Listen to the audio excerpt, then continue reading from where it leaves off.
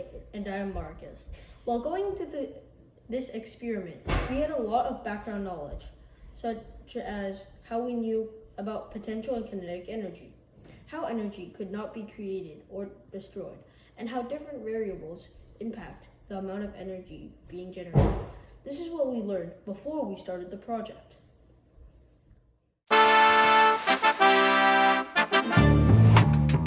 Drop from the lowest height of 50 centimeters. The crater of the ball will have the smallest crater depth and width. We think this will occur because there isn't a lot of potential energy stored up before dropping. When the ball is dropped from the medium height of 100 centimeters, the ball will make a medium-sized crater. We think this because the medium height of 100 centimeters, the ball will make a medium-sized crater because this is the medium height and not a lot of energy is stored up. When the ball is dropped from the height of 150 centimeters, the crater of the ball will have a large crater depth and width. Some flour will spill around the crater. This will happen because as the ball gets higher, more potential energy is stored up. When the ball is dropped from the highest height of 200 centimeters, the crater of the ball will be really deep and wide. Flour will spill around the edges of the bin. This will happen because there's lots of potential energy stored up before the drop. The tools that we were allowed to use consist of 1, a racquetball, and second, 100 grams of rice, third, 1 ruler and 1 small funnel, fourth, 1 pencil, fifth, 200 milliliters of flour, sixth, a 50 by 20 by 30 rectangular bucket, seventh, 1 X-Acto blade, eighth, 1 roll of duct tape, 9, 2 meter sticks are available, and 10, 1 triple beam balance available to find out the weight.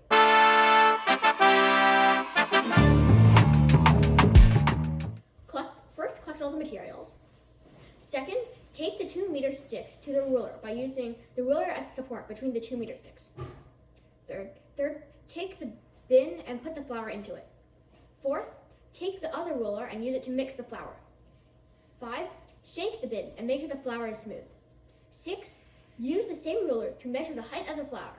The flour should be 10 centimeters high. 7, input the flour height into the graph. 8, take the 2 connected meter sticks and stand them up vertically. 9, take the carpenter square and put it up to the ruler so it's straight. 10, move the carpenter square to 50 centimeters on the bottom meter stick. 11, now take the ball and place it at the 50 centimeters height. 12, drop the ball.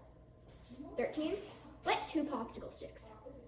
14, put 1 popsicle stick into the middle of the crater. 15, take the popsicle stick out and use the ruler to measure the amount of popsicle stick that was covered in flour. 16, take the depth and minus it by 10. 17, now take the outcome and input it into the chart. Now take the other popsicle stick and put it sideways on the crater. 19, take the popsicle stick out and use the ruler to measure the amount of popsicle stick that wasn't covered in flour. 20, input the width into the table. 21, repeat steps 14 to 20, but move the height up to 100 centimeters. 22, repeat step 4 to 20, but move the height up to 150 centimeters. 23, repeat steps 4 to 20, but move the height up to 200 centimeters. 24, now take the ball and use the X-Acto knife and cut a small slit into the ball. 25, use the triple beam balance measure and measure out 25.6 grams of rice. 26, use the funnel to put the rice into the ball. 27, take duct tape and seal the ball shut. 28, repeat steps 4 to 20. 29, repeat steps 4 to 20, but move the height up to 100 centimeters. 30, repeat steps 4 to 20, but move the height up to 150 centimeters. 31, Repeat steps 4 to 20, but move the height up to 200 centimeters. 32. Take the duct tape off. 33. Measure out another 25.6 grams of rice. 34. Repeat steps 26 to 31.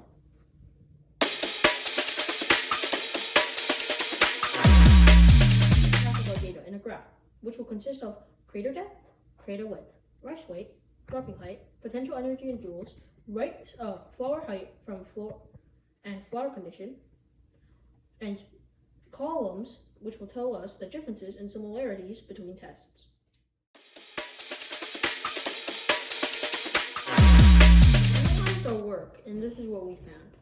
While collecting and processing the data we made many discoveries, such as how the weight and the height made big differences.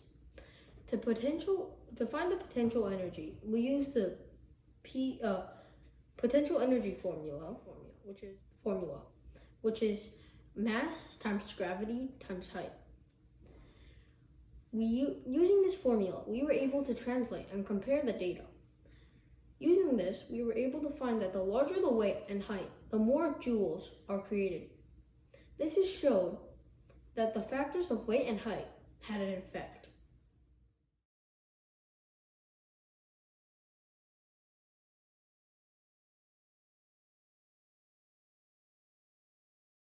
Our hypothesis was correct. As you dropped the ball from higher heights, the crater depth and width increased. Also, some flour was flying out of the crater. This experiment proved the law of conservation because the ball and crater size matched height and weight. As the ball drop got higher and the weight of the ball got heavier, the crater got larger. Also, the amount of potential energy increased. While doing this experiment, there may have been a human error while dropping the ball. In conclusion, we proved the law of conservation.